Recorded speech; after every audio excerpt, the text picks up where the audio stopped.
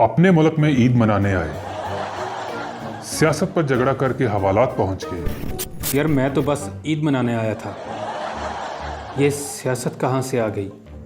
भाई मैंने कहा था सियासत पर बात मत करो, पर ये चचा सुनते ही नहीं। सियासत हमारी जिंदगी है, अगर हमने अपने मुल्क में रहकर सियासत पे बात ना की तो तौहीन है हमारी। यार मैं छुट्टी पर आया हूँ, सियासत नहीं सुनने आया। ट्रेन में शुरू होने वाली बहस जेल में खत्म हुई। एक आम सफर जो बन गया एक गर्मा गर्म बहस का मैदान। अरे सियासत के बगैर अधूरा मुल्क है हमारा, और यही तो हमारा कल्चर है भाई। ये बहस कहाँ जाकर रुकी, और क्या शफीक भाई की ईद खुशगवार रही या?